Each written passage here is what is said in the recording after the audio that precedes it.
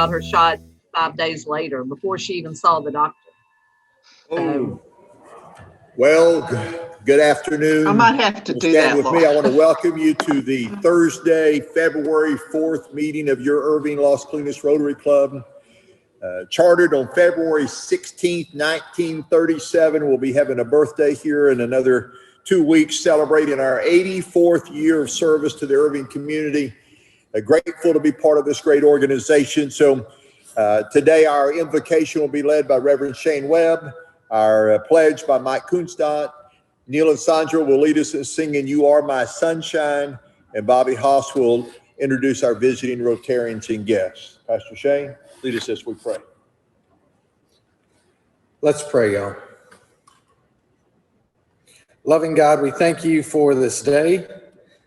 We ask for your healing upon our nation, upon the people here in our community. Lord, we ask that vaccines would come more readily, that we would continue to improve on protecting our citizens.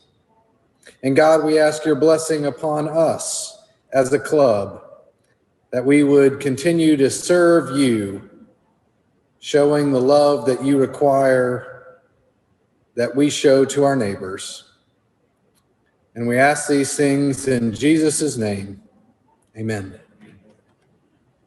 Thank you for that. Mike, lead us in the pledge. Everyone, please raise the flag, place your hand over your heart, and join in the pledge. Pledge allegiance to the flag of the United States of America and to the republic for which it stands, one nation under God, indivisible, with liberty and justice for all.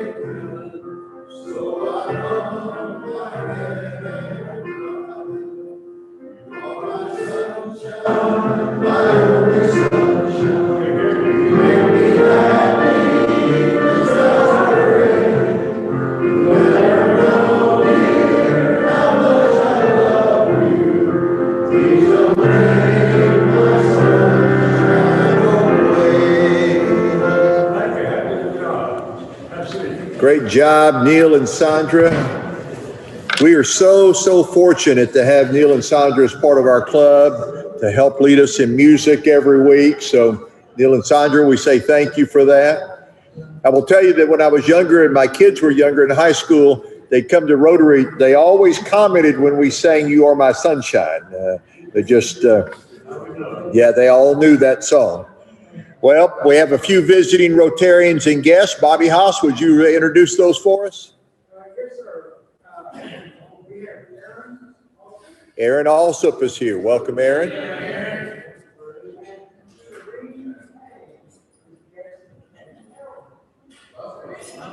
Welcome. Let's give all of our visiting Rotarians and guests a warm welcome.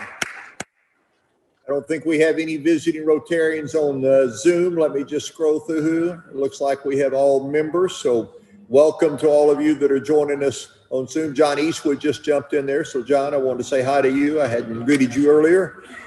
We have a couple of quick announcements. So Jordan, why don't you come to the microphone and tell them what we'd like for them to do, all right? Get you on video here, all right?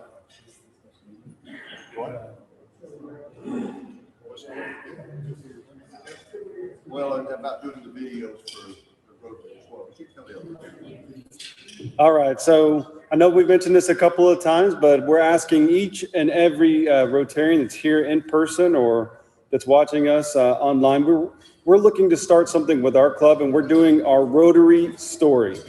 So we want to start with an overall story of our Rotary Club, of why we're in Rotary and why we do what we do, but it's important to know everybody's individual story. And the way we're doing that is we're capturing between a 20 to 30 second video. If you're here in person, I can capture with my phone, and then I'll take care of the rest. If you're on Zoom, you can just stay on Zoom. Once this meeting's done, I'll capture that, and then we're going to put it all together to make one big presentation that we're able to put out there about this Rotary Club, our story, and why we do what we do. All right? No? So, Jordan, how many of our members have done their Rotary story so far? 10 or more? 15 or more? Okay, so we have about 10 that have done that. So you know, if you have not done that, it's very simple. Again, if you're in this room, you can get with Jordan as soon as the meeting's over. If you're online, you could do that through Zoom, or you could just use your own phone, record a video and audio of you just sharing 20 to 30 seconds about your Rotary story. And then you can text it to me or text it to Jordan. We'll capture that for what we're putting together. So help us with that flag program. Bill Labar, come join me up front.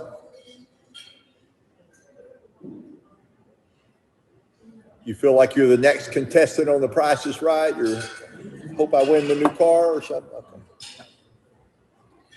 Okay.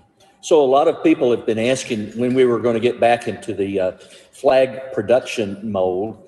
We're going to get back into it on the first warm Saturday that we have towards the end of the month, okay? Because I'm going to be gone for a week to Alabama, but the first warm Saturday. Now, there are about 50 old flags that I have disassembled. We've got the poles there. Some of them are bent, so we need to get Jim Klein to be with us to straighten those out, and then we can start production.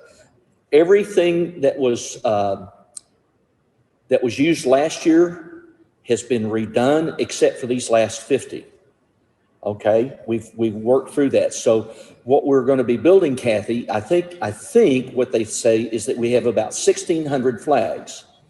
So if we build 50 on a Saturday, and we rebuild these 50, and then do 2 days in March, 2 days in April, and 2 days in May, we'll have another 350 flags, which should be, you know, when we get to May, what's the Memorial Day. It's Memorial Day. It's Memorial Day, and then Flag Day, and then the 4th of July. This comes just like that. So when we get to Memorial Day, we should be in pretty good shape if we can have about 5 work days between the end of this month and then, which I think we should be able to do once it warms up. I was going to try to have it call a flag deal last week because it was going to be pleasant, but it was supposed to rain, and then big rainstorm didn't happen. So we're just going to wait, and I'm watching the weather every week. So that's where we are. We're actually in pretty good shape. John is collecting wine corks from his ladies' wine group, his harem. So we're collecting wine corks to go in the tops of the flags because Rick Lindsay thinks that'll stop them from rusting out. So if you're save wine corks, Shane, you can Presbyterian wine. I know you guys do that.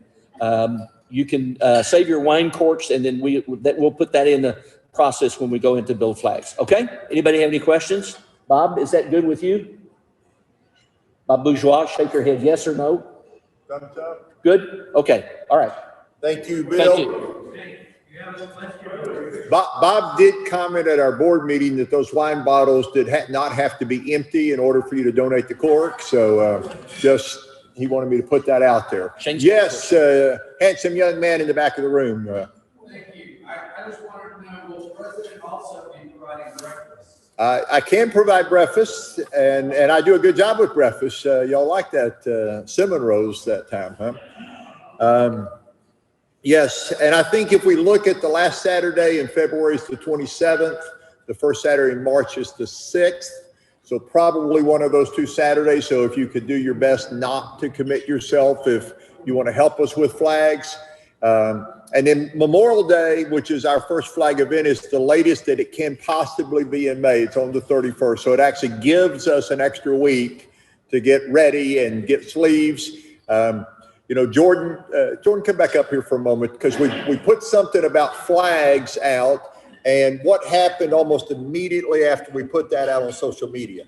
Yeah, so we took, if you guys are actively following us on social media, you see that 2 days a week we actually run social media ad about flags. Now, we've been running them as an unpaid ad, but we spent $25 last week and we ran a paid ad and it got 17 people who responded to that ad to get flags. So it's an investment that seems to be working well. $25 got us 17 new flags at $50 a flag. That's $850. Not a bad return on your money. So we're going to be doing some things. Billabar, we're going to need those other 350 flags. It also reminds people who there are, they just haven't renewed yet. Yeah, so Jordan's just reminding us that it's not just attracting new flags, it is also reminding current subscribers that they need to go online and renew their subscription, which they can do online without having to mail a check in. Kathy Howard.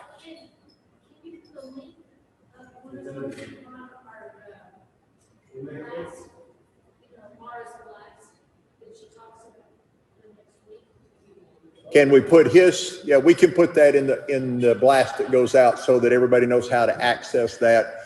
But that's just a little thing that we've done to try to help promote the club. It actually has already gotten us one new member. That's how Ryan Maney, our new member, found out about us.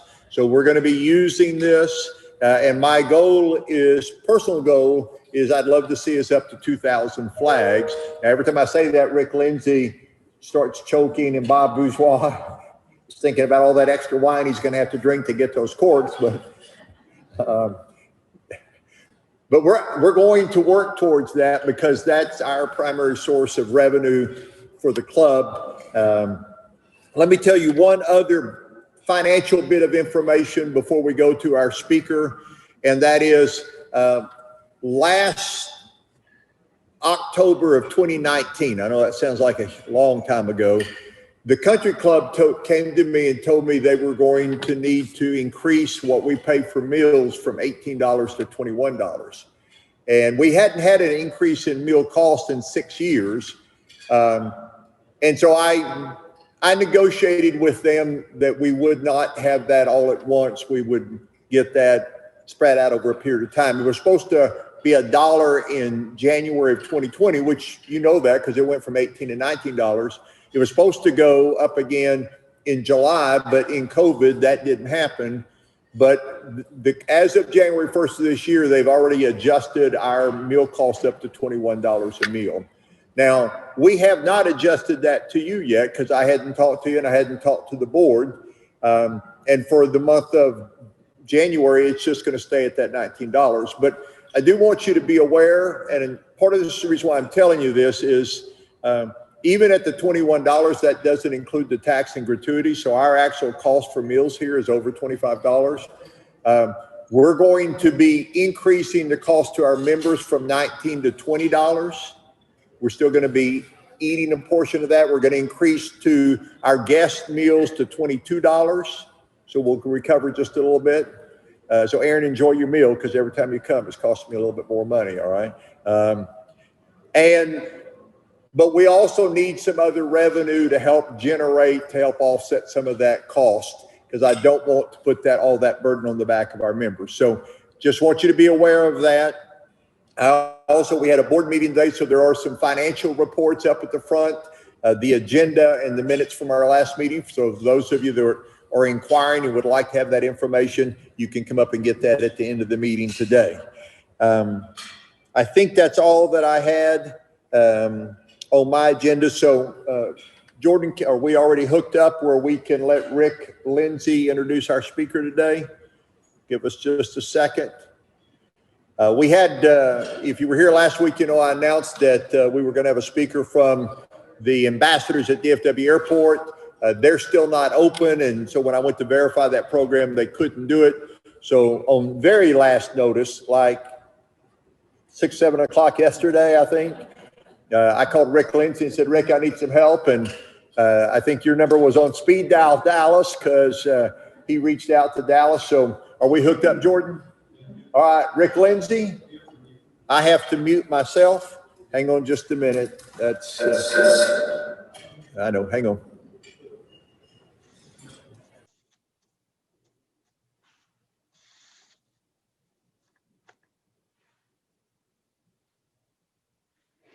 Well, thank you, President Alsop. It is my pleasure today to introduce our speaker.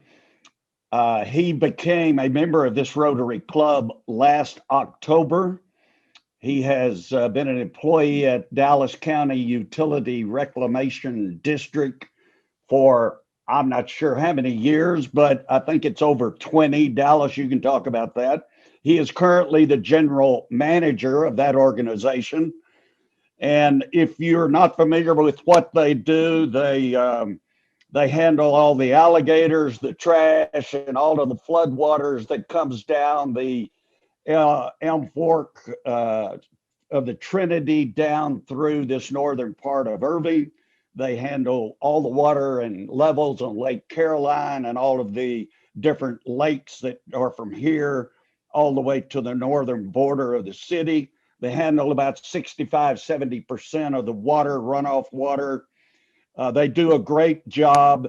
Also, I want to point out that Dallas has a real servant heart, even before he became a Rotarian and works in a missionary capacity and efforts across Texas locally and across the U.S. Is director of the Texas Homeschool Educators Athletic Association, chairs the Rules Committee. So he has a real love for service and children.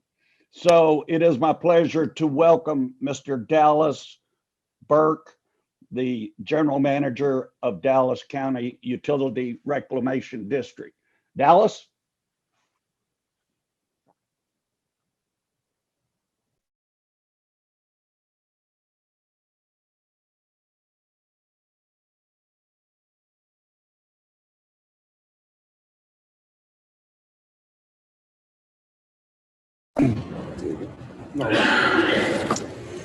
Hello, everybody. It's good to be in a meeting in person and get to see faces. It seems like all I do anymore is conduct Zoom meetings, and that gets a little bit old. Kind of ready for that to wrap up. I came from a Zoom meeting, and after this, I'll go back to a Zoom meeting, so it's good to see people's faces. Rick, thanks for inviting me, and I'm glad you didn't give me any more warning because I probably would have over-prepared. Basically what I've got is I'm going to be going off a previous presentation that we gave, and I'll ask Jordan to go through it. I'll try. It's more so that the people online don't have to look at me. You can put the slideshow up there and they can watch that instead of staring at me. So I'll just go through some stuff and then we'll let you know the current status of some things that we're doing here and what we're planning on doing in the future. So go ahead and get the slideshow rolling.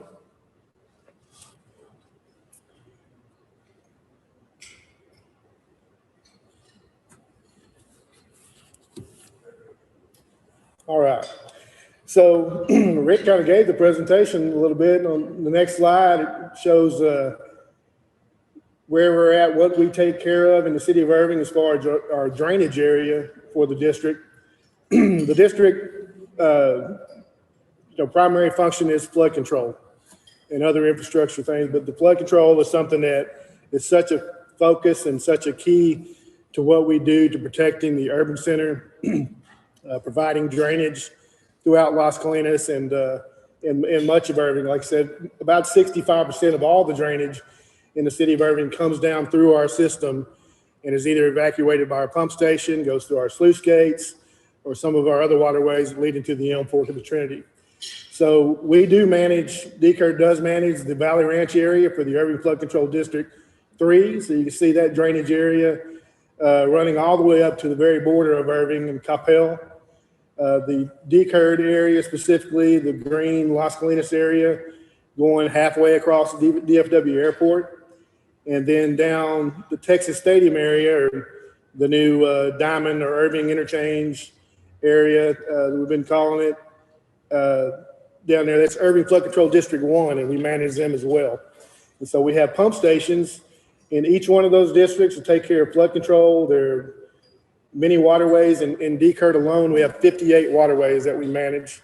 And so those maintenance programs are vast, and there's many projects every year. So next slide. Here is a good look overhead of Lake Carolyn, and the red line shown on there is the levee that DCURD has. It's a 3.4 mile long levee. It is put in place basically when that levee went in, the urban center was able to be built. Without that levee, the Elm Fork, the Trinity River, the floodplain goes all the way across to 114. And so the reason why the Las Colinas Urban Center is there is because of that levee. The levee and our pump station together provide FEMA certified flood protection for everything that we have out here, and it's a lot of property value. We take great pride in what we do, work very hard to keep things 110% plus is what I always say, trying to make everything the best it can be plus some. And so this levee is a big part of what we do and taking care of that. Next.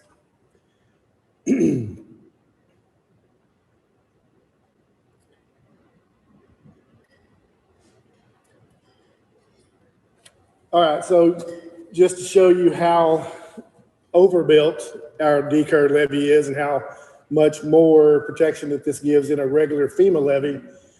On the exhibit there, you can see in green the FEMA certified level. This is the required level that we would have to have development within the urban center.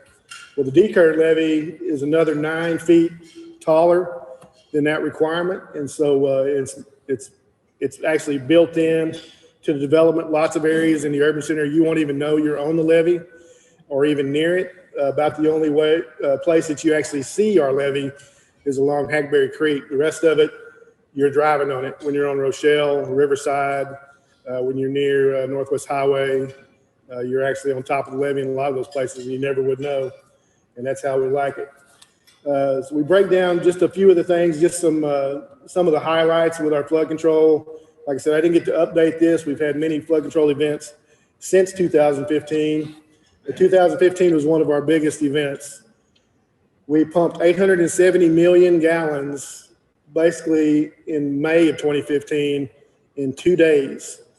Over the rest of that summer, I don't know if everybody remembers, but the river was flooded all the way through the summer, Thanksgiving into Christmas, and we pumped 10 times that much after that, just to keep lake level where it needed to be, and in case we got more rain. And we had massive rains in Thanksgiving and Christmas, and so all of our staff got to work through the holidays and find out the life that I had been living many years before that. I've been doing flood control for the district for about 25 years. All right, next. Just a quick look at the boundaries that we have here in Irving with DCURD boundary, and then on the left there, it's the TIF district actually overlay, and so it shows that they kind of run side by side. The TIF District 1 through an ILA funds a lot of our waterway maintenance projects and other projects that DCURD takes care of. And right now, one of the biggest I'll get to in a minute is a $10 million TIF funded project that is upgrading our stormwater pump station. Next. That's just a list of some of the projects that were, I won't go through and read them all to you, but it's everything. It's from waterway erosion, control wall jobs to Lake Carolyn, lake wall jobs. We've got our pump station engineering, our generator. We have big dredging projects where we're cleaning the silt out of waterways so that they can maintain their flood capacity and convey that water to us as quickly as possible. Keep it out of everybody's yards, keep it out of everybody's homes, and make everybody happy. So there's all manner of projects on that page. So next. And there's just a more detailed list. This shows the TIF funding that we have alone just for this year. Overall, we're doing about $4 million in waterway projects alone. That does not include our stormwater pump station. So Beaver, we got in every creek that we have out here, Hackberry Creek, Cottonwood, Beaver Creek, Quail Creek, everything, there are projects going on, and we're going hot and heavy this year more than ever. All right. So as I referred to a minute ago, you go to the next slide, we'll talk about our Streeter pump station. This is our pump station that's on Lake Carolyn.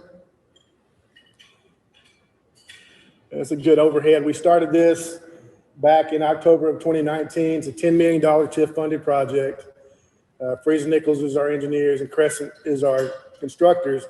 You can see there on the overhead, we have our stormwater pump station existing.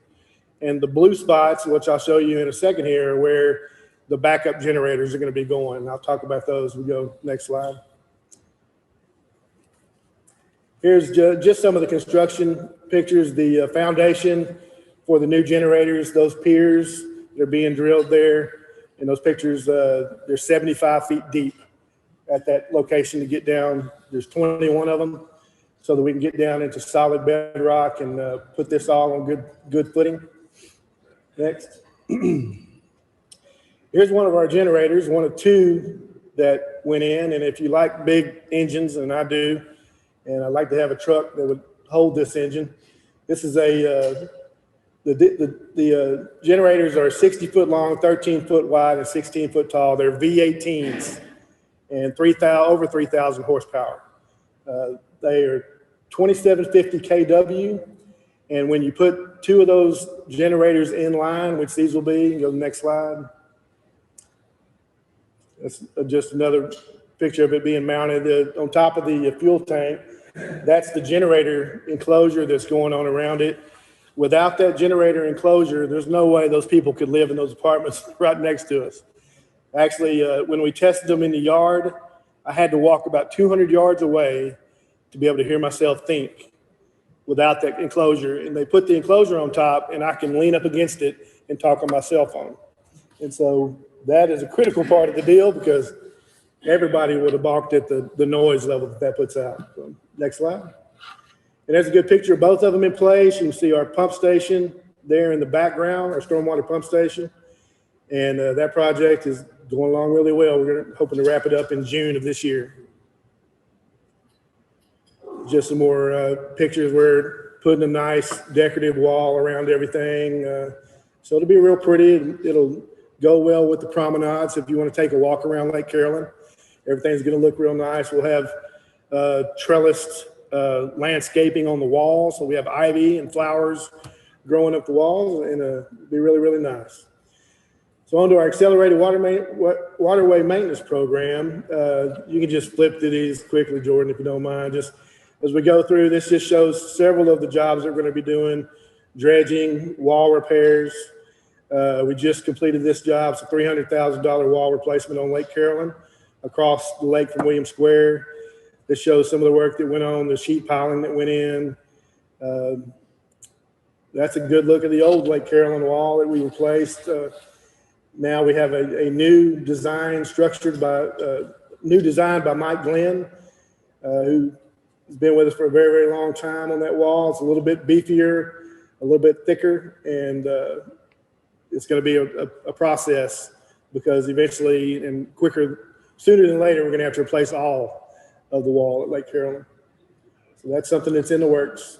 It's a good look at the footing being poured down there. The guy's forming it up. And the steel going in. Again, this was a $300,000 repair for about 200 linear feet. We got big projects up on South Fork, Hackberry Creek. You may not be familiar with South Fork, but it parallels the bush, 161, coming down towards 114 from 183. When you get into the Las Colinas area, that's where South Fork is. South Fork is a major stormwater conveyance way because it picks up virtually all of the stormwater from DFW Airport. And that puts a lot of water into the Las Colinas area in a hurry. That's just more photos of additional work that we're going to be doing in that waterway. Even more. That's about $1.5 million worth of projects that we're doing up there. Cottonwood Segment 2 dredging. This is down near Story Road. And we've got a little bowl down there that conveys water through into Cottonwood Creek, and we'll be dredging that out. Up by North Lake, we have some dredging. We also have this big wall repair. The golf course is on the right. North Lake or Dallas College now, is on the left, and that's our waterway going through there. And we're gonna have to get that wall repaired. It's on tap right now. This is a job that we completed on Beaver Creek, Walnut Hill, leading down into the Beaver Creek area. Beaver Creek flows towards MacArthur, flows, if you know where the McDonald's, the Chick-fil-A and all that is on MacArthur there, that's where it runs through, runs near to the high school up there. So that wall is already done. It was failing. It's been there for 40 years and taking care of that. Here's a project that's underway right now. We got a big slope failure. This is a common thing, these slope failures. This is on Lake Rimley off of Riverside near the North Police Station up there. And we're putting in 350 linear feet of wall. We have basins, silt basins all over Las Colinas. And these is where when we dredge, we either dump or pump the mud, the silt out of the bottoms of the creeks into an area. We mix it, we dry it, we haul it out. And lots of times it ends up going on construction jobs, or we find a way to repurpose it within Las Colinas. That's just more pictures of what the top left picture is, the dirty water going into the basin. And when the water goes across to the other end up there and settles out, you see the top right, that's clean water going back out into the creek. And so that's what we want to see on a dredging job. And in the meantime, we typically will remove 10 to 15,000 cubic yards of material on a dredging project.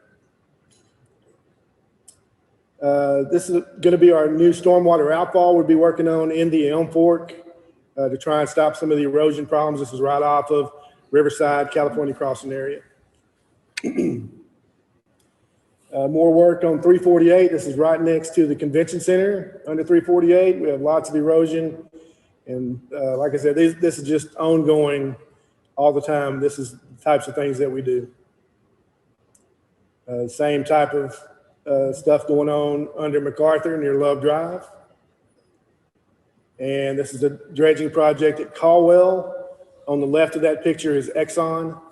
That little project, we have to dredge that out about every 2 years. We get so much wild material and everything coming down through the creek, and so it's just a regular ongoing job.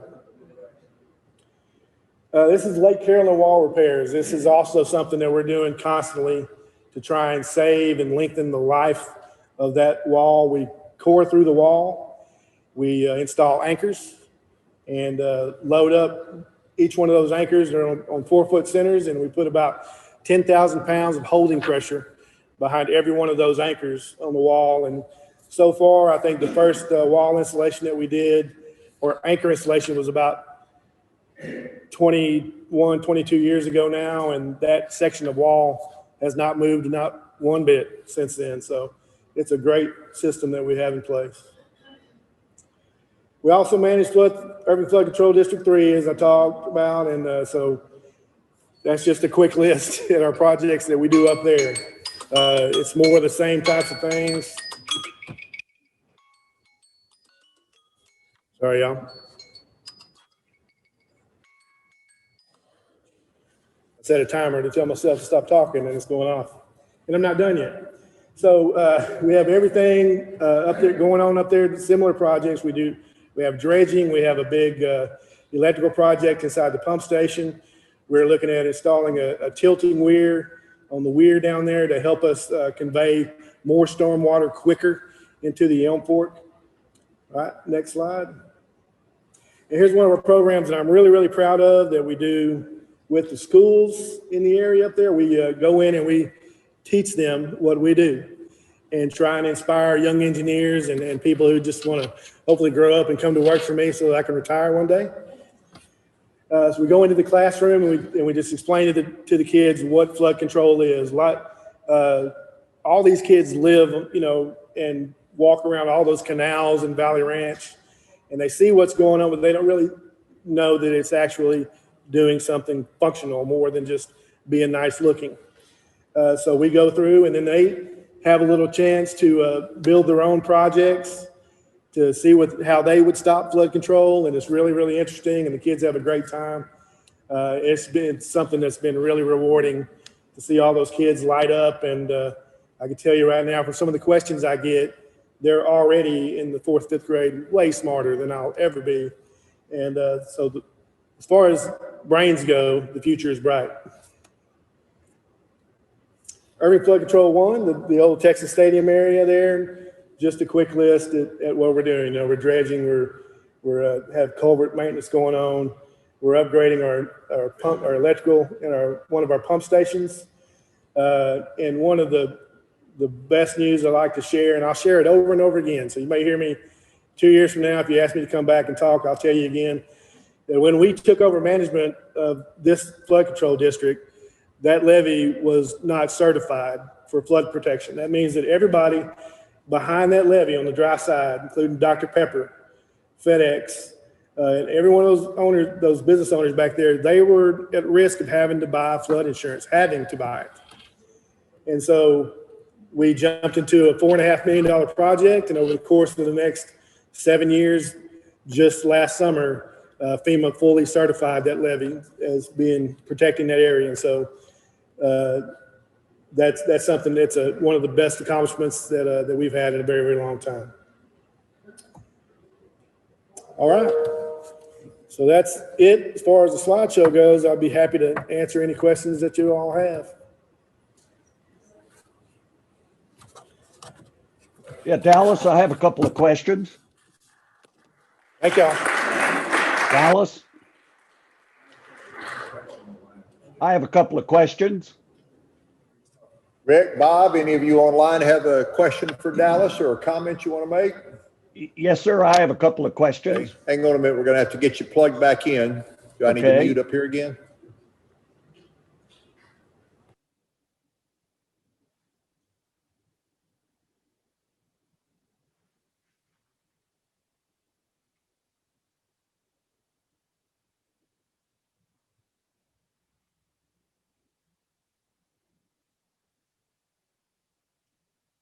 Am I ready?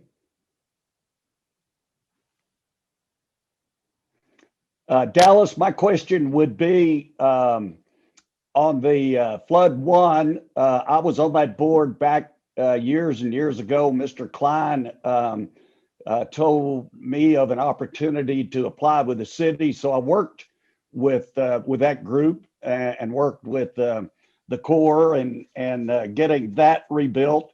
So first question is that what level of certification did you achieve? And my second question is your funding. Could you just at a very high level tell the group where DCURD gets the money to spend and do all these very needed repairs for the city of Irving? Thank you.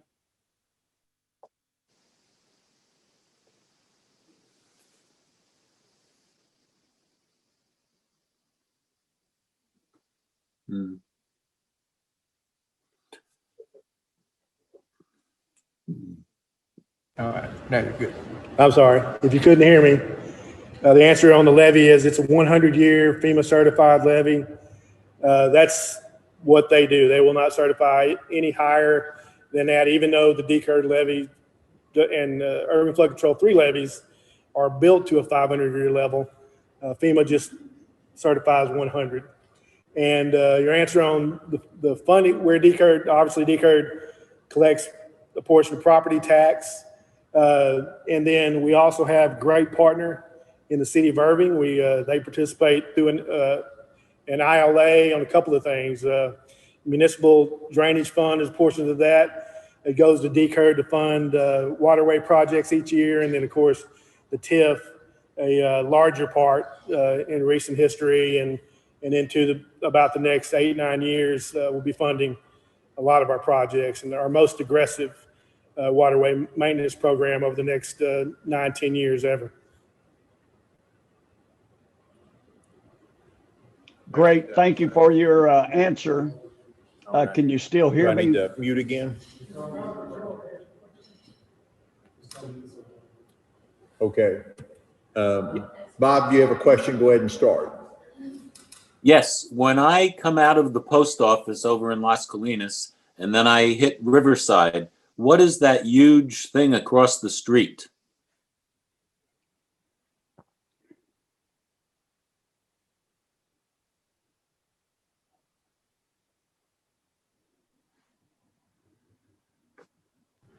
Bob, we only got about half of your question, so re-ask your question, please. Okay. When I go to the post office in Las Colinas, I come out and I hit Riverside. What is that huge piece of equipment across the street?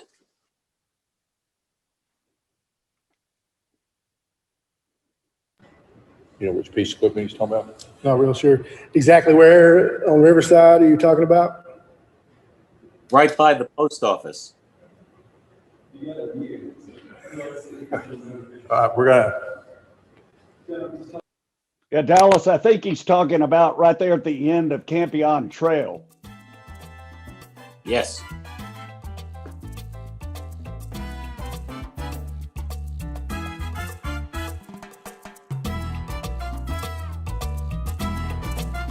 Bob, I think that's actually the pump station. Maybe type the question in the chat box, Bob, and see if Jordan will have an answer. It's okay. I'll take a picture and ask him. I'll send it to him.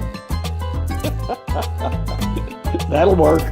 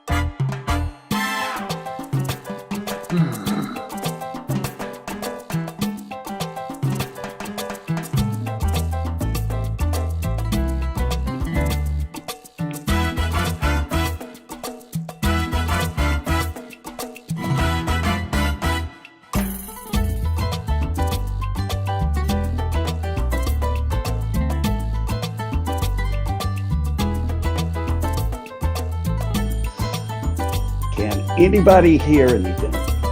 I don't understand why they don't see our motion. I hear Why you. can't- Sir? I can hear you. So we're going to have a special Valentine's program next week. Hope you can be here for that. Dallas, thank you again. Appreciate you being part of this club and appreciate you being available on short notice to help us with the program today. Great work that you're doing. We are adjourned.